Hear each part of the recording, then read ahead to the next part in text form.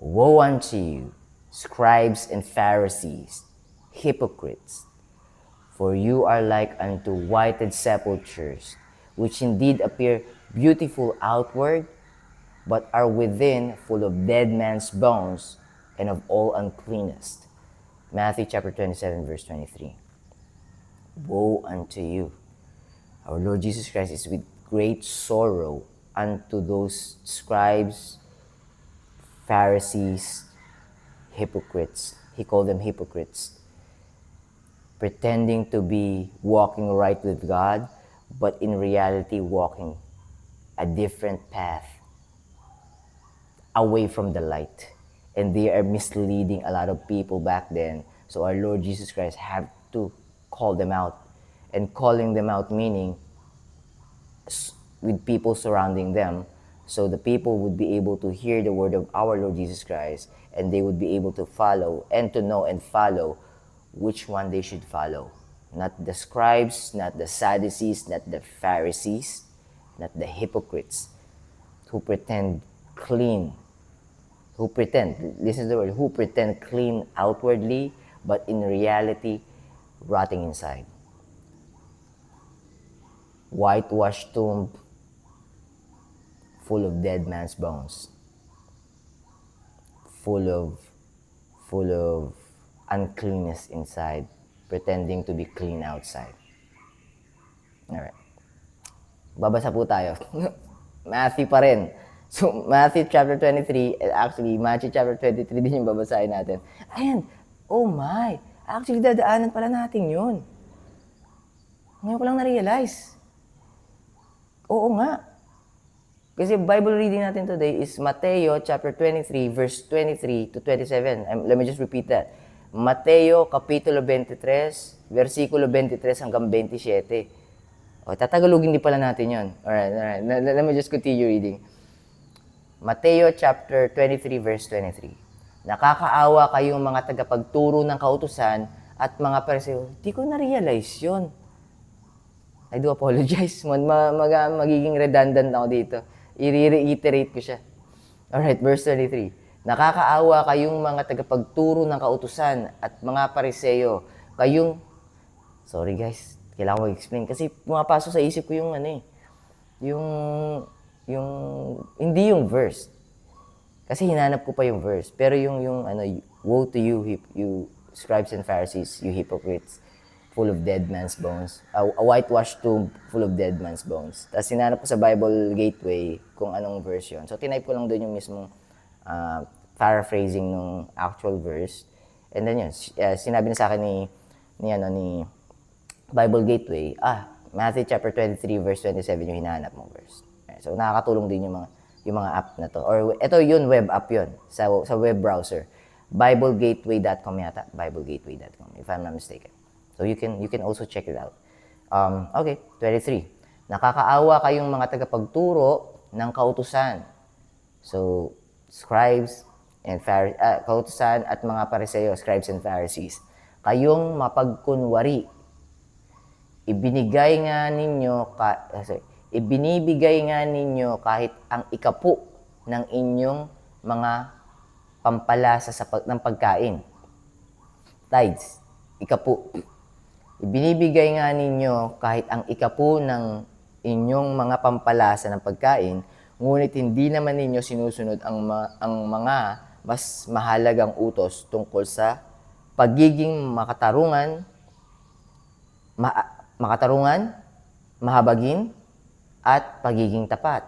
Dapat ngang magbigay kayo ng inyong mga ikapu, ngunit huwag naman ninyong kaligtaang gawin ang mga mas mahalagang utos.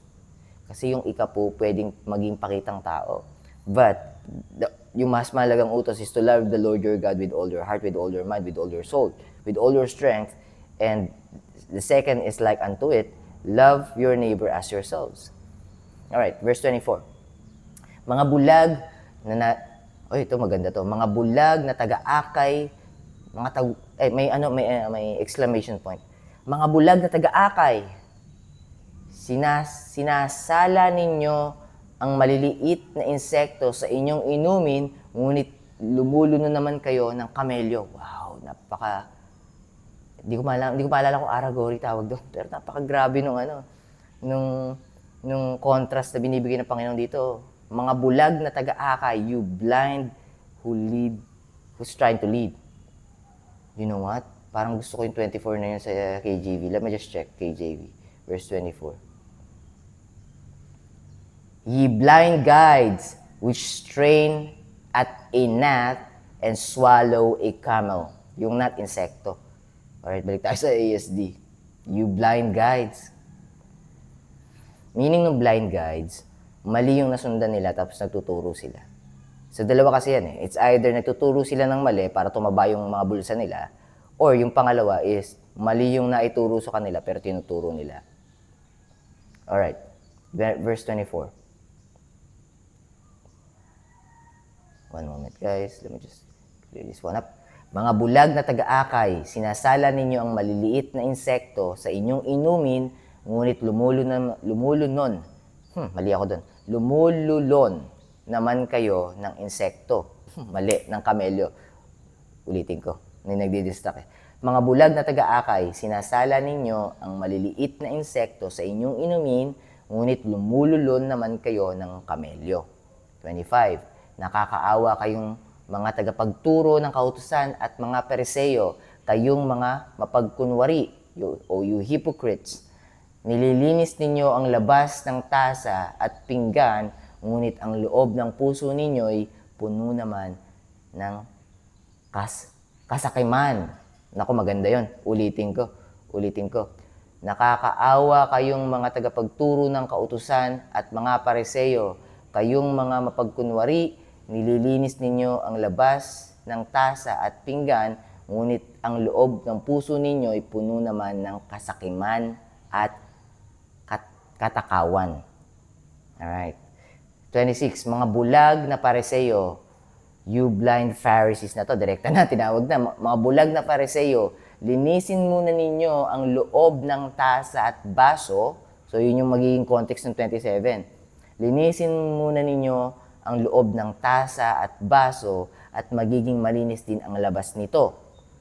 27, ito na yung binasa natin kanina. Pero hanggang 28 pala to. Tama ba? Hanggang 28 yung highlight ko. Let me just double check. Oo nga, let me just double check and yun nga, na-check ko na nga hanggang 28. So hanggang 28 pala to. Pero binasa ko kanina, 27. Verse 27. Nakakaawa kayong mga tagapagturo ng kautusan at mga Pariseo, kayong mga mapagkunwari, hypocrites, maihahalin tulad kayo sa mga libingang pinunturahan ng puti at magandang tignan sa labas. Whited sepulchres, whitewashed tombs, sa other translation. Pininturahan ng puti at magandang tignan sa labas. Appear beautifully outward. Appear beautiful outward sa KJV. Ngunit ang nasa loob ay puro kalansay. Ganda nun, parang pwedeng i-rhyme yun Kasalanan, kalansay, parang pwedeng gawa ng rap yun Ngunit ang nasa loob ay puro kalansay at iba pang maruruming bagay. 28. Ganyan-ganyan kayo, sabi ng Panginoon. Calling out scribes, Pharisees, hypocrites. Ganyan-ganyan kayo dahil sa paningin ng mga tao'y pawang kabutihan ang ginagawa ninyo. Ngunit ang kalooban ninyo, puno ng pagkukunwari at kasalanan. Actually, encouragement kay Lord sa mga workers. Sa mga workers, this is an encouragement from our Lord to you, to us. We don't have to worry about how people or how other people look at us. We don't have to please people. We don't have to, because it doesn't matter. Pleasing people will not give us eternal life. What matters most is how God sees us. And God is looking in the inside now, not outward appearance. God is looking in what's inside of you, not what's outside of you. Gandang reminder na. Anyways, Yun na po yung ating Bible reading sa Tagalog today. Basahin nyo ulit. Basahin nyo sa KJV, basahin nyo sa ESV, basahin nyo. Basahin nyo po. Tapos, pangungusap sa inyo, Panginoon, dito. Makikilala nyo kung sino yung dapat yung sundin at yung hindi nyo dapat sundin. Simple lang, para mas mabilis, konti na lang. Ang hindi dapat sundin ay yung lumalabag sa nakasulat. Ang mga dapat sundin ay yung nakasulat lang yung priority. Ibig sabihin, yung nagsasalita, walang kapangyarihan.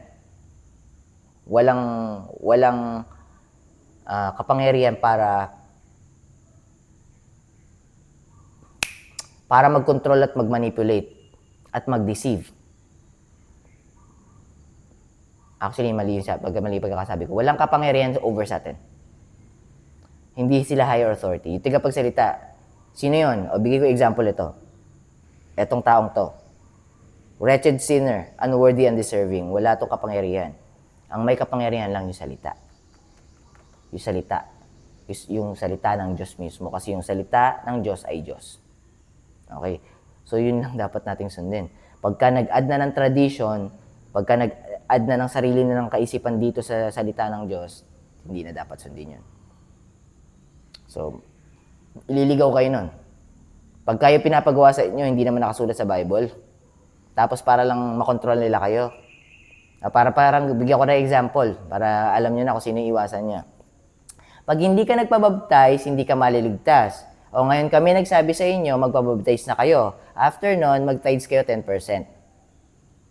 Okay, pag hindi ka umattend ng Sunday service namin, hindi ka nagsimba, Sunday, tapos wala ka mabigat na dahilan, kunyari tinamad ka lang, o anathema ka, curse ka, sa impyerno ka pupunta. Works na yun.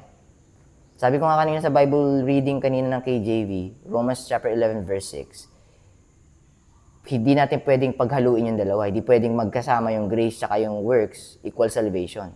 Kasi sinasabi ng Panginoon, it is by grace, through faith, you are saved.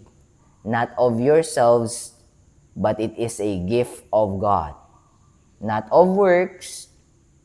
Hindi sinabi doon ni Apostle Paul, di sinabi ng Panginoon, di pinasabi ng Panginoon kay Apostle Paul na not of grace, but not of works, lest any man should boast. So no man could boast or should boast. So na-extend ko na. Siguro gets nyo naman yun. Tagalog naman, Taglish naman. Anyways, God bless you. Keep safe. I'll be seeing you tomorrow. Bye for now.